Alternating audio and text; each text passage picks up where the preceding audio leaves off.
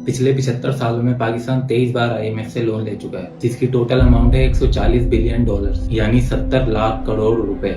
जी हाँ, ये इम्पॉसिबल सी रकम वाकई में एग्जिस्ट करती है, जो कि हमारे पॉलिटिशियंस अब तक IMF से कर्जा लेकर खा चुके हैं, जिसमें से 15% डिक्टेटर्स ने, 9% PTI ने, 32% पाकिस्तान मुस्लिम लीग नून ने और सबसे ज्यादा 44% पाकिस्तान पीपल्स पार्टी ने लिए। ये इतना पैसा है कि अगर पूरे पाकिस्तान को इसके लोगों समेत बेच भी दिया जाए तब भी ये कर्जा उतारा नहीं जा सकता। ये इतना पैसा है कि पाकिस्तान की पूरी जमीन पर 100 वाले नोट्स बिछा दिए जाएं तो जमीन खत्म हो जाए, लेकिन ये पैसा पूरा ना हो। लेकिन अफसोस, ये सारा पैसा सिर्फ चंद लोगों के स्विस अकाउंट्स में ब्लैक मनी बन के पड़ा हुआ है और एक आम पाकिस्तानी अपनी मंथली इनकम का 30% हिस्सा इन्फ्लेशन और बाकी का 70% महंगी बिजली और पेट्रोल खरीदने में खर्च कर देता है। अब आप सोचेंगे कि जब इतना पैसा लूट ही लिया है तो और महंगाई करने की क्या जरूरत है, लेकिन मेरे दोस्तों, महंगाई गवर्नमेंट नहीं बल्कि कोई और करता है।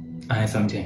इमेजिन करें कि आपकी एक दुकान है जिसे चलाने के लिए आपने बैंक से कर्ज लिया हुआ है, जिसके बदले आपने वही दुकान गिरवी भी रखवाई हुई है और आपको कर्जा देते वक्त बैंक ने ये शर्त रखी थी कि आप चीजें मेरे हिसाब से महंगी करके बेचेंगे ताकि आप मेरा कर्जा जल्द से जल्द उतार सकें। तो यहाँ वो दुकान है पाकिस्तान और महंगाई होने का सीधा ताल्लुक उस कर्ज से है जो हमने IMF से ले रखा है। IMF इंटरनेशनल मॉनेटरी फंड वो इदारा है जिसे दुनिया के तमाम 190 मुल्कों ने अपनी फाइनेंशियल स्टेबिलिटी के लिए बनाया था ताकि गरीब मुल्क भी तरक्की कर सकें। सीधी जबान में एक बैंक जो लोगों की चीजें गिरवी रखकर उन्हें सूद पर कर्ज देता है। फर्क बस यह है कि इस बैंक में कर्ज लेने वाले से नहीं बल्कि गिरवी रखी हुई चीज से वसूल किया जाता है और गिरवी रखी हुई चीज है हमारा पाकिस्तान। दुकान चलाने वाले कर्ज ले लेकर चेंज होते रहते हैं और पाकिस्तान पर कर्जा बढ़ता रहता है, जिसका सीधा बोझ आपके और मेरे कंधों पर टैक्स की सूरत में गिरता है। और आज हमारी हालत ये हो चुकी है कि महंगाई की वजह से 60% पाकिस्तानी किसी न किसी नफसियाती मर्ज का शिकार है और हालात से मजबूर, रिश्वत, करप्शन, झूठ, स्ट्रीट क्राइम, सीधी जबान में चंद पैसों की खातिर लोग अपना जमीर बेचने पे मजबूर है। भूखा तो खैर आज भी कोई नहीं सोता, लेकिन पेट भरने की जुस्तजू में हराम और हलाल का फर्क खत्म होता जा रहा है।